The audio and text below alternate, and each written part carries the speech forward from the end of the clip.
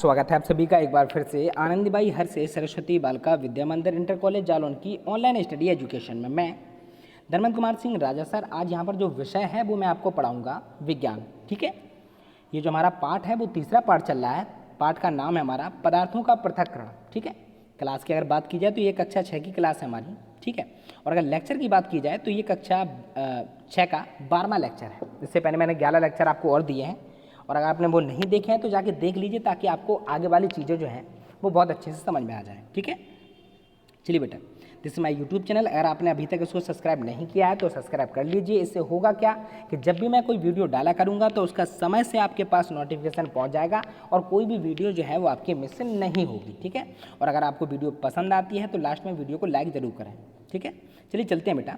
जैसे कि मैंने आपको पहले बताया कि जो पार्ट है वो हमारा कौन सा है, तीसरा पार्ट है। ठीक है, तीसरा पार्ट जो है, पार्ट का नाम है पदार्थों का पृथक्करण, यानी कि उनको अलग कैसे किया जाता है पदार्थ को। ठीक है, पदार्थ होते क्या, हर वो वस्तु जो स्थान घेरे और जिसमें कुछ भार होता है उसे हम पदार्थ या द्रव्य कहते हैं। द्रव्य, ठीक है, मैटर, मैंने इसके बारे में आपको पढ़ाया है। ठीक है, तो हम इसकी विधियाँ पढ़ रहे थे बहुत सारी, है ना। तो आज हम लोग उसी विधि में से एक विधि पढ़ेंगे, छानना, है ना।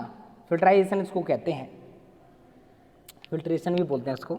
ठीक है, तो अगर हम बात करते हैं कि आपने देखा होगा, देखिए यहाँ पर ये चीज़ें आपको लिखनी नहीं है। पहली चीज़ आपको लिखना क्या है, जो मैं पाठ के अंत में प्रश्नोत्तर कराता हूँ वही आपको लिखना है।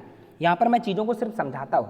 ठीक है, तो लेक्चर आपका होता है उसमें सबसे पहले मैं चैप्टर को पूरा समझाता हूँ, जो भी उसमें चीज़ें होती हैं, पोर्शन होता है उसको कवर करता हूँ, उसके बाद ही मैं आपको एक्सरसाइज कराता हूँ। ठीक है, ताकि आपको जो प्रश्न है वो आप आसानी से उनको उत्तर दे सकें। तो अगर हम बात करते हैं, आज हमको पढ़ना है छन्ना। छानना को जो है उसको पढ़ना है। ठीक है, तो आपने देखा होगा, आप कभी बाज़ार में गए होंगे, आप जूस पीते हैं, चाय पीते हैं, चाय तो घर में भी पीते होंगे। ठीक है, तो लिक्विड वाली चीज़ें जितनी भी आपको दी जाती हैं पहले वो उनको छानते हैं, छानते हैं ना। इससे होता क्या है कि जो बड़ी बड़ी अशुद्धियाँ टाइप की होती हैं या जो हमारे लिए सही नहीं होती हैं, जैसे बीज हैं उनके, जूस में आप बीज तो नहीं खाते ना आप लोग फल के, ठीक है ना, तो आप उनको अलग करना होता है। तो वहाँ पर जब इसी विधि का जो नाम लगाते हैं, यानी कि जब इस विधि का उपयोग करते हैं तो इसी को हम लोग क्या कहते हैं, छानना। ठीक है, यहाँ पर मैं आपको समझा रहा हूँ, फिर समझिए। जैसे फल होते हैं, सब्जियाँ होती हैं, जब उनके रस निकाले जाते हैं तो उनसे उनके बीज को अलग किया जाता है ना। और जो गूदादार थोड़ा सा ठोस पदार्थ होता है उसको भी अलग किया जाता है। तो इसके लिए जिस विधि का प्रयोग हम लोग करते हैं उसी विधि को हम लोग क्या कहते हैं, छानना कहते हैं। क्या कहते हैं हम लोग, छानना कहते हैं। ठीक है, तो जैसे कि चाय को आपने देखा होगा छानते हुए। ठीक है, तो यहाँ पर द्रव्य में अघुलनशील पदार्थ जो मिश्रण होते हैं, अब इसका उपयोग कब करना है पहले ये समझिए। आप ऐसे पदार्थों को अलग कर रहे हैं, पहली चीज़ तो जो उसमें घुले नहीं हुए हैं। अगर वो पानी में नमक को घुल जाए तो क्या आप छान के अलग कर सकते हैं? आप बोलेंगे बिल्कुल नहीं सर। आप चीनी को छान कर अलग कर सकते हैं? बिल्कुल नहीं कर सकते। चाय में आप किनको अलग करते हैं? जो कि उसमें घुलता नहीं है, यानी कि जो लिक्विड में नहीं घुलता है उसी को तो आप अलग करते हैं। तो अगर आपसे ये पूछा जाए कि छानना यानी छानने वाली जो विधि होती है कब उपयोग में लाई जाती है, तो आपको ये बताना है कि जब दो द्रव्य, है ना, द्रव्य में अघुलनशील अशुद्धियाँ हो, यानी कि वो द्रव्य में घुली ना हो, सिर्फ उसमें उपस्थित हो, तो उन्हें हम छान के अलग कर सकते हैं। समझे, एग्जाम्पल आपको पता ही है, जैसे रसों से उनके बीजों को अलग करना, गूदेदार पदार्थ को अलग करना, चाय से चाय पत्ती को अलग करना, या अदरक वगैरह जो भी है उसको अलग करना, दूध से भी कुछ अशुद्धियों को दूर करना। करते हैं कि नहीं करते हैं? तो इसी विधि को बेटा हम लोग कहते हैं छानना। समझ में आ गया ना।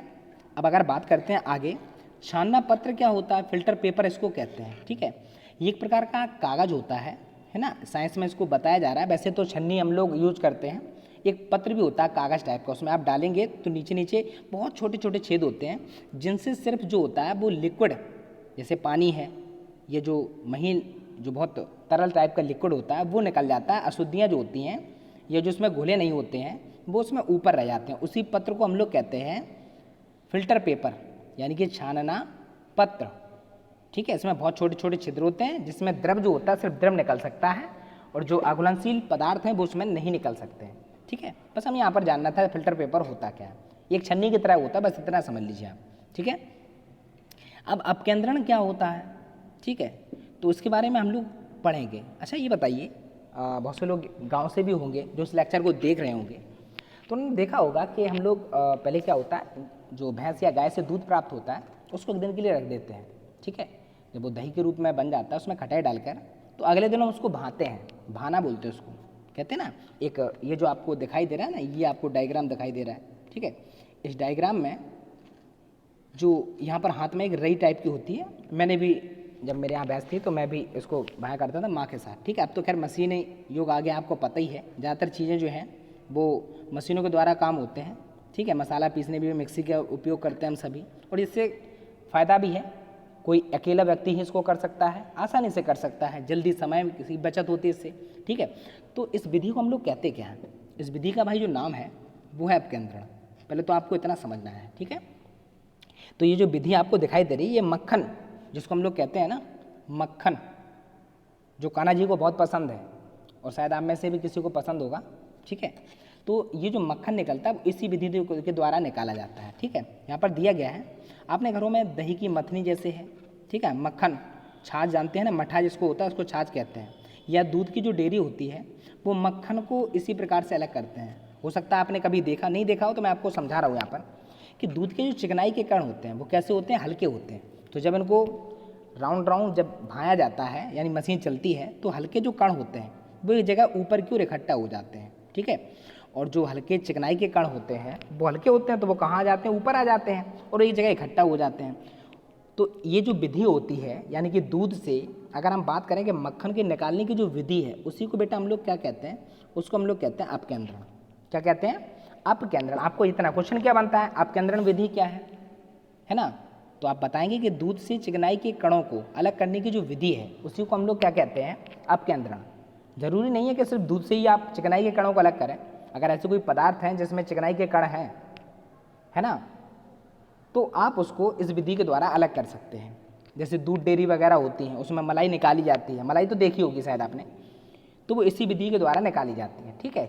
चूँकि आपको याद रखना है कि मलाई के जो कण होते हैं, चिकनाई के कण, वो हल्के होते हैं, तो वो कहाँ जाते हैं, ऊपर आ जाते हैं। इस विधि को हम लोग क्या कहते हैं, अपकेंद्रण कहते हैं। अब यहाँ से दूसरा क्वेश्चन क्या बनता है, दूसरा क्वेश्चन ये बनता है कि दूध से मक्खन यानी दही जो होता है उससे मक्खन निकालने की जो विधि है उसको हम लोग क्या कहते हैं। तो आपको याद रखना, उसका हम लोग नाम लेते हैं अपकेंद्रण, ठीक है ना, ये आपको याद रखना है, ठीक। चलिए चलते हैं हम आगे अपनी विधि पढ़ने के लिए। अगर आप कोई अघुलनशील जैसे कोई ठोस पदार्थ है, ठीक है ना, और आप उनको अलग करना चाहते हैं, अघुलनशील ठोस पदार्थ यानी कि उसमें घुले नहीं है, तो आप किस विधि को याद करेंगे, है ना। तो आप पहले के जो हमने आपको विधि बताई, जैसे छानना है या कुछ और है। अब हम लोग जो पढ़ने वाले हैं वो है घुलनशील पदार्थों के लिए। अभी हम लोग क्या पढ़े थे, अघुलनशील के लिए, जैसे जिसमें नहीं घुलती हैं। जैसे आपने छानने का, इससे पहले वाला मैंने आपको पढ़ा ना छानना, तो उसमें जिस विधि का उपयोग हो रहा है वो आपकी है अघुलनशील पदार्थों के लिए। और ये जो है घुल जाएँ, मतलब आपको ऐसे पदार्थों को अलग करना है जो उसमें घुली हैं, जिन्हें आप अलग नहीं देख पा रहे हैं, तब आप क्या करेंगे। तो तब के लिए है वो, सबसे पहले तो आप लगाएंगे विधि वाष्पन, ठीक है। इसको एवापोरेशन मेथड भी बोलते हैं। और यहाँ पर किया क्या जाता है, वाष्पन विधि का मतलब ये समझो कि जो लिक्विड आपको दिया जा रहा है, ठीक है, मान लो आपको जैसे यहाँ पर एक पार्टिकल दिया गया है कि आधा मग जो है वो आप पानी को ले लें, उसमें थोड़ा सा नमक डालें, ठीक है। फिर इसको क्या करें, आप गर्म करें। आप देखते हैं कि थोड़ी देर बाद जो पानी होता है वो उड़ जाता है वाष्प बनकर, और बीकर में सिर्फ नमक रह जाता है। मान लीजिए आप कटोरी में आधी कटोरी आप पानी रखते हैं, उसमें नमक डाल दीजिए, ठीक है, और आप गैस पर उसको रख देंगे, तो थोड़ी देर बाद पानी उबलेगा और उसकी जो वाष्प होगी वो बन जाएगी। नमक जो होगा वो शेष कहाँ रह जाएगा, उसी कटोरी में, ठीक है ना। तो इस विधि को हम लोग क्या कहते हैं, इस विधि को हम लोग कहते हैं बेटा वाष्पन कहते हैं, ठीक है। और इस क्रिया का नाम क्या होता है, इस क्रिया को हम लोग कहते हैं वाष्पीकरण, यानी कि वाष्प बदलने की जो क्रिया है, ये पूरा प्रोसेस जो है इसको हम लोग कहते हैं वाष्पीकरण, ठीक है। और ये निरंतर, आपको कुछ चीज़ें याद रखनी है कि ये निरंतर ताप जो होता है वो हमेशा होते रहते हैं। जैसे मान लीजिए आप गिलास का पानी कभी बचा होगा, आप कहीं जाते हैं तो आप हो सकता है किसी फर्श पर डाल दें या आप रोड पर डाल दें, ठीक है। थोड़ी देर बाद या कुछ समय बाद वो पानी कहाँ जाता है, आपको दिखाई तो नहीं देता है ना, वो उड़ जाता है। किस रूप में उड़ता है, वाष्पन रूप में, ठीक है ना। तो ये आप ध्यान रखें, वाष्पन की क्रिया हमेशा होती है ना। इसी विधि के द्वारा हम लोग समुद्र से जो है नमक प्राप्त करते हैं। तो ये आपके लिए बहुत महत्वपूर्ण है। क्या महत्वपूर्ण है कि समुद्र से नमक को प्राप्त करने की विधि कौन सी है, तो आप बताएंगे वाष्पन। कौन सी विधि आपकी, वाष्पन विधि जो है वो आपकी है, ठीक है। इसमें होता क्या है, यहाँ पर मैं आपको बता दे रहा हूँ कि क्यारी बना दी जाती है। क्या बना दी जाती है, क्यारी को, ठीक है। और यहाँ पर जो क्यारियाँ होती हैं इस प्रकार से मान लो आपको क्यारी बनी होती है, ठीक है। इस क्यारी में क्या होता है, पानी को भर दिया जाता है, फिर धीरे धीरे क्या होता है कि गर्मी के कारण वो पानी उड़ जाता है और नमक नमक जो होता है वो शेष रह जाता है, क्योंकि आपको पता है कि समुद्र का जल जो होता है वो खारा होता है। अगर आपसे कहें कि समुद्र का जल आप पिएं तो आप उसको नहीं पी सकते। क्यों नहीं पी सकते? क्योंकि वह खारा होता है, ठीक है। ये आपको याद रखना। उसी खारापन जो होता है उसी में पाया जाता है नमक, यानी कि NaCl, जिसको हमको क्या करना होता है, अलग करना होता है, ठीक है ना। तो हमें ये चीज़ याद होनी चाहिए क्या, कि समुद्र से नमक जो प्राप्त करने की विधि है उस विधि का नाम क्या है, वाष्पन। इसमें होता क्या है, इसमें आप पदार्थ को रख देते हैं, धीरे धीरे वो वेस्पुरेशन यानी कि वाष्प के रूप में उड़ जाता है, और जो पदार्थ होता है वो उस तली में होता है जहाँ भी आप उसको क्रिया करा रहे हैं वहाँ पर नीचे इकट्ठा रह जाता है, ठीक है। तो आपको ये चीज़ आपको याद रखनी है, ठीक है। यहाँ से क्वेश्चन आपका बन सकता है। उसके बाद अगर हम बात करते हैं आसवन विधि की, ठीक है। तो आसवन विधि क्या है, देखो आसवन और वाष्पन में थोड़ा सा बस ये समझिए कि वाष्पन का छोटा सा जो रूप होता है उसको थोड़ा और बदल दें। मान लीजिए आपको क्या किया, जैसे यहाँ पर आप समझिए कि ये कोई केतली है, डायग्राम समझिए। ये जो है वो क्या है, केतली है, इसमें लिक्विड भरा है, हमने इसको गर्म किया, इसकी वाष्प बनी, तो इस क्रिया का नाम क्या है। आप बोलेंगे सर इसको वाष्पन बताया आपने, बिल्कुल हमने वाष्पन ही बताया। अब मान लो कि यहाँ पर आपको क्या करना है, यहाँ पर मान लेता हूँ मैं कि आपको यहाँ पर जो गैसें निकली इसको हमने गर्म करी, ठीक है, और यहाँ पर हमने बर्फ़ के टुकड़े रख दिए, इस पर रख दिए। अब जो यहाँ पर लिक्विड बन रहा है यानी कि जो गैसेस बन रही हैं उसको जब यहाँ पर ठंडा किया जाएगा तो लिक्विड में बन जाएगा। जैसे कि आपको ये दिखाई दे रहा होगा, ये फ्लास्क रखा है और उसमें बूंद बूंद करके पानी आ रहा है। क्यों आ रहा है, गर्म किया तो वाष्प बन गई, वाष्प को जब ठंडा कर रहे हैं हम लोग, ठीक है, तो उसको हम लोग क्या कहते हैं, वो पुनः क्या में बदल जाएगा, लिक्विड में बदल जाएगा, तो ये फिर इकट्ठा होने लगा। तो वाष्प बनने की जो क्रिया है इसको तो हम लोग कहते हैं वाष्पन, और वाष्प को ठंडा करके लिक्विड में बदलने की जो क्रिया है इसी को बेटा हम लोग कहते हैं संघनन। क्या कहते हैं, संघनन। और अगर पूरे प्रोसेस को मिला दिया जाए तो इसी पूरे प्रोसेस को बेटा हम लोग कहते हैं, क्या कहते हैं, आसवन विधि। क्या विधि करते हैं, आसवन विधि। जरा फिर से समझिए सरल भाषा में, आपने पानी को लिया, गर्म किया, गैसेस बनी इसकी, ठीक है, ये क्रिया का नाम क्या हो गया, वाष्पन। बोलेंगे सर वाष्पन, बिल्कुल आपको इतना समझ में आ गया होगा, ठीक है। हमने इस पर बर्फ़ के टुकड़े रख दिए, ढक्कन लगा दिया। यहाँ पर बर्फ़ का टुकड़ा क्या करेगा, ठंडा करेगा, गैसों को ठंडा करेगा, तो वो फिर से काय में आ जाएंगे, लिक्विड फॉर्म में आ जाएंगे, और ये जब इस बॉक्स जो है यानी कि ये जो आपको दिखाई दे रहा है इसमें इकट्ठा हो जाएंगे। तो इस क्रिया का नाम जो है यानी कि वाष्पों को ठंडा करके लिक्विड में बदलने की जो क्रिया है, लिक्विड में बदलने की जो क्रिया है उसको हम लोग कहते हैं संघनन। और दोनों विधि को अगर मिला दिया यानी कि पहले गर्म करें फिर आप ठंडा करें तो इसी क्रिया का बेटा नाम क्या है, आसवन। क्या नाम है आपका, आसवन। उम्मीद है कि ये आपको समझ में आ गई होगी। इसके लिए प्रैक्टिकल दिया जा रहा है कि धातु की प्लेट लीजिए, उस पर कुछ बर्फ रख दीजिए, जैसे कि यहाँ पर इसमें रखी हुई है, ठीक है। प्लेट को केतली की टोंटी के ऊपर ठीक ऊपर पकड़िए, यानी कि टोंटी जहाँ है जिसको हम गर्म कर रहे हैं। अब आप केतली को क्या करते हैं, गर्म करते हैं तो उसमें भाप बदल जाती है, यानी भाप जो होती है वो निकलती है। इस भाप को जब आप ठंडा करते हैं वहाँ पर एक आपने कोई पदार्थ रख दिया, ठीक है, तो आपने देखा होगा कि वाष्प जो होते हैं वो बूंद बूंद करके इसमें इकट्ठा होता रहता है। आप करके देखेंगे तो आपको समझ में आ जाएगा। उम्मीद है कि वैसे आपको समझ में आ रहा होगा, बहुत सरल तरीके से मैं आपको बता रहा हूँ, ठीक है। तो भाप से परिवर्तित होकर भाप को जब ये भाप से पुनः काय में बदला, लिक्विड में, यानी कि फिर से जल बन रहा है, तो इसी क्रिया को बेटा हम लोग क्या कहते हैं, संघनन कहते हैं, ठीक है। यानी कि द्रव को जब आप गर्म करते हैं तो वाष्प बनती है, ये क्रिया क्या कहलाती है, वाष्पन, ठीक है, वाष्प बन गई। और वाष्प को जब आप ठंडा करते हैं तो वो फिर से क्या बन जाता है, लिक्विड बन जाता है, ठीक है। तो इस क्रिया का नाम क्या है, संघनन। और इस पूरे सिस्टम को मिला दिया जाए तो इसी का नाम क्या है, यानी कि पहले आप वाष्प में बदलें फिर आप उसको ठंडा करें तो उसका जो प्रोसेस होता है इसी विधि को बेटा हम लोग कहते हैं आसवन विधि। उम्मीद है कि ये आपको बहुत अच्छे से समझ में आ गया होगा, ठीक है ना, समझ में आ गया ना आपको।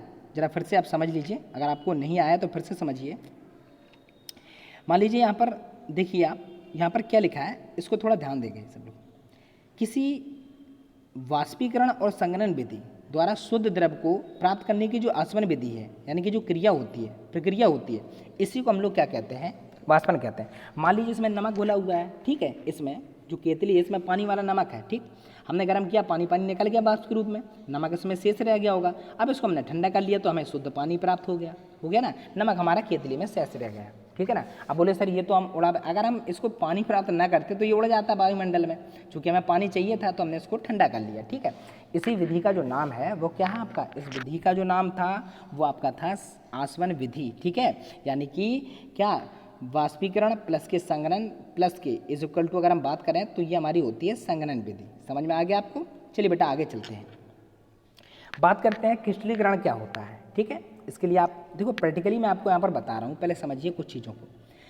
आप एक बीकर लीजिए, ठीक है, इसमें आधे भाग में अधिक तक पानी भरें, यानी कि ये कोई आपने शायद यहाँ पर मैं दूसरा बना देता हूँ आप, ये देखिए ये कोई बीकर हो गया, ठीक है। इस बीकर में आपने आधे भाग तक यहाँ तक मान लीजिए आपने इसमें पानी भर दिया, ठीक है, चलिए ठीक है। अब इसमें फिटकरी को घोलते हैं, ठीक है। होगा क्या, पहले फिटकरी घुलेगी, फिर एक समय ऐसा आ जाएगा जब इसमें फिटकरी जो होगी वो घुलना बंद हो जाएगा, यानी कि फिटकरी का जो घुलना होगा वो क्या हो जाएगा, बंद हो जाएगा।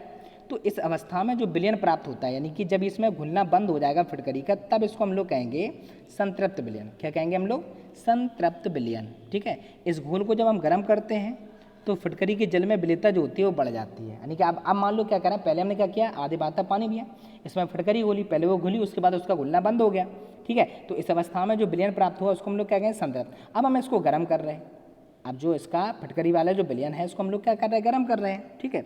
जब इसको हम लोग गर्म करते हैं, एक मिनट, हाँ, जब इसको हम लोग क्या करते हैं बेटा, गर्म करते हैं, ठीक है, तो इसमें फिर से फिटकरी की कुछ मात्रा घुल जाती है, ठीक है।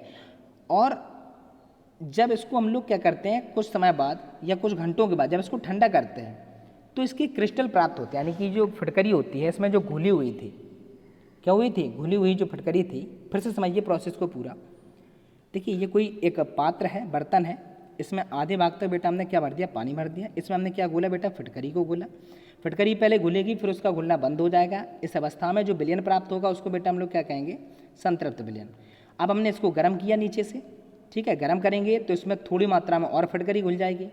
अब जो फिटकरी घुल गई इसमें, ठीक है, फिर उसके बाद हम इसको ठंडा करें, ये जो आपको दिखाई दे रहा है विलयन प्राप्त हुआ, इसको ठंडा करें तो बेटा इसके क्रिस्टल प्राप्त होते हैं। मतलब जैसे आपने चीनी देखी होगी, चीनी के जो कण होते हैं छोटे छोटे, है ना, नमक देखा होगा, है ना, मिश्री देखी होगी, तो ऐसे क्रिस्टल प्राप्त होते हैं जब इसको ठंडा करते हैं। इस पूरी प्रक्रिया जो होती है इसी को बेटा हम लोग कहते हैं क्रिस्टलीकरण। क्या कहते हैं हम लोग, क्रिस्टलीकरण, यानी कि पहले आप लिक्विड लें, उसमें कोई चीज़ घोलें, फिर वो घुलना बंद हो जाएगा, फिर आपको गर्म करें तो उसमें और चीज़ें घुल जाएंगी, ठीक है। और जब उसमें दोबारा से घुलना बंद हो जाए चीज़ें, फिर आप उसको क्या करते हैं, ठंडा होने के लिए रखते हैं, तो फिर आपको ठोस अवस्था में क्रिस्टल प्राप्त होते हैं। यही विधि जो होती है इसी को बेटा हम लोग क्या कहते हैं, क्रिस्टलीकरण कहते हैं, ठीक है। अब अगर अगली बात की जाए तो ये दो अमिश्रणीय द्रवों को अलग करने की विधि है, ठीक है। प्रैक्टिकली मैं आपको समझा रहा हूँ, उसके लिए करना क्या आपको, देखिए यहाँ पर आप पानी और मिट्टी का तेल का मिश्रण ले लें, आप ले लिया आप, इस मिश्रण को पृथककारी कीप में डालें। पृथककारी का मतलब थोड़ा अलग अलग करने वाली, ठीक है, अलग करने वाली जो पीक होती है उसको स्थिर हिलाकर आप स्थिर कर दें, पहले हम मिला दें फिर उसको क्या कर दें, स्थिर कर दें। कीप में दो पृथक, है ना, परतें दिखाई पड़ेगी। आप देखेंगे तो आपको ऊपर का भाग कुछ अलग दिखाई देगा तेल वाला, और नीचे का भाग जल वाला अलग दिखाई देगा, ठीक है। दोनों परतों को पहचान लिया आपने, कौन सी परत ऊपर होगी, तो आपको पता है कि मिट्टी का तेल जो होता है, किसका तेल बेटा, मिट्टी का जो तेल होता है वो हल्का होता है, तो वो हमेशा कहाँ प्राप्त होगा, ऊपर प्राप्त होगा। और जल जो होता है वो भारी होता है, तो ये हमेशा कहाँ प्राप्त होगा बेटा, नीचे प्राप्त होगा, ठीक है। अच्छा, इसलिए पानी ऊपर, यह जो है पानी के ऊपर रहता है, कौन रहता है, तेल, ठीक है। आप क्या करते हैं, पृथककारी कीप में स्टॉप कॉक को खोक को डालें, है ना, कॉक को खोलें और निचली परत में एकत्र द्रव को बीकर में निकाल कर एकत्रित कर लें। एकत्र किया गया जो पानी होता है, कीप में बचा द्रव मिट्टी का तेल है। यानी कि अब आपने क्या किया कि देखिए यहाँ पर था क्या, पहले समझ लीजिए, मैं आपको यहाँ पर समझाता हूँ दूसरे डायग्राम में। जी एक मिनट, यहाँ पर देखिए, इसको मैं ऊपर कर देता हूँ, ये ठीक है। ये मान लीजिए कि यहाँ पर कोई ये पदार्थ है, ठीक है, यानी कि कोई पात्र हो गया हमारा, हो गया। इसमें हमने क्या किया, इसमें हमने तेल डाला और पानी डाला, तो तेल कहाँ होगा बेटा, ऊपर होगा, और पानी जो होगा वो क्या होगा बेटा, नीचे होगा, ठीक है। ये आपका पी का मतलब पानी, टी का मतलब तेल हो गया, ठीक। यहाँ पर एक छोटा सा छेद है, ठीक। अब आप क्या करेंगे, आप जब उसको मिलाकर रख छोड़ देंगे तो फिर होगा क्या, तेल ऊपर आ जाएगा और पानी कहाँ रह जाएगा, नीचे। फिर हम इसमें धीरे धीरे इसकी जो टिप होगी उसको खोलेंगे, टोटी खोलेंगे यहाँ पर, तो धीरे धीरे जो पानी होगा वो निकल जाएगा। और जब यहाँ पर तेल आ जाता है, फिर उसके बाद जब तक पूरा पानी निकल जाए, जब तक हम इसको निकाल लेते हैं पानी को, तो पानी जो होता है वो हमारा अलग हो जाता है और तेल तेल जो होता है वो हमारा रह जाता है शेष, ठीक है ना। इसी विधि को बेटा हम लोग कहते हैं पृथककारी कीप द्वारा, यानी कि अलग करना। पृथककारी कीप का मतलब होता है, मतलब अलग अलग करने वाली जो कीप का मतलब पुंगी टाइप की होती है, जैसे आपने फ्रूटी पी होगी वो पुंगी टाइप की होती है पीने की, है ना, स्ट्रॉ बोलते हैं इसको, ठीक है। उसी को बेटा हम लोग कहते हैं, क्या कहते हैं हम लोग, पृथककारी कीप, ठीक है। ये आपको समझ में आ गया ना बेटा। तो यहाँ पर बहुत सारी चीज़ों के बारे में मैंने आपको डिस्कस किया। अब आगे एक चीज़ और जो है वो हम आपको विधि बताते हैं। कौन सी विधि हमारी? चुंबकीय पृथक्करण विधि। ठीक है, फिर से एक प्रैक्टिकल है, ये देखिए प्रैक्टिकली है तो मैं आपको प्रैक्टिकली ही समझा रहा हूँ। ठीक है, आप बस इसको बहुत अच्छे से लेक्चर को देखिए, समझिए। ठीक है, हमने क्या किया, एक प्लेट ली और प्लेट में लकड़ी का बुरादा लिया, लोहे की कील ली और सुई ली, 3 चीज़ें ले ली, लकड़ी का बुरादा, लोहे की कील और सुई ली। और फिर हमने क्या किया, एक चुंबक को लिया और उसके प्लेट के पास ले जाए तो होगा क्या, तो चुंबक में लोहे की कील और सुई जो है वो चिपक जाएगी, लेकिन लकड़ी का जो बुरादा है वो नहीं चिपकेगा। चिपकेगा? हमें ये बताओ। तो आप कहेंगे नहीं चिपकेगा। क्यों? क्योंकि लोहे से बनी हुई वस्तुएं जो होती हैं वो तो चुंबक में चिपक जाती हैं, बुरादा नहीं चिपक पाती हैं। तो पृथक्करण की ये जो विधि होती है इसको कहते हैं चुंबकीय पृथक्करण विधि। चुंबकीय क्यों कहते हैं?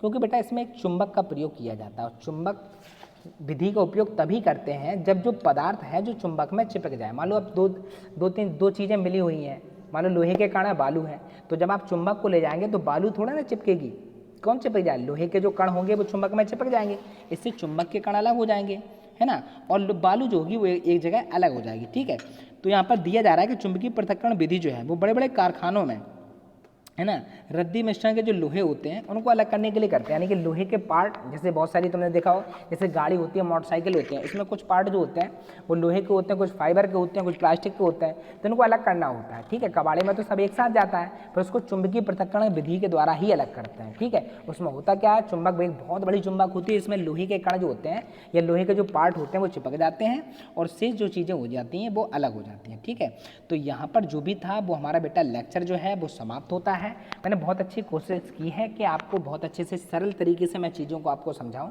आप वीडियो एक बार नहीं, आप 2 बार 3 बार देख कर पर आप इसको समझें ज़रूर। ठीक है ना, तो अगर आप वीडियो आपको पसंद आई है तो लाइक ज़रूर करें, और हाँ, आप बस अच्छे से पढ़ते रहिए और आपको ये नहीं लिखना है। पहली चीज़ ये ध्यान रखें, आपको सिर्फ मैं प्रश्नोत्तर जो कराता हूँ सिर्फ वही आपको करने हैं कॉपी में। ठीक है बेटा, धन्यवाद।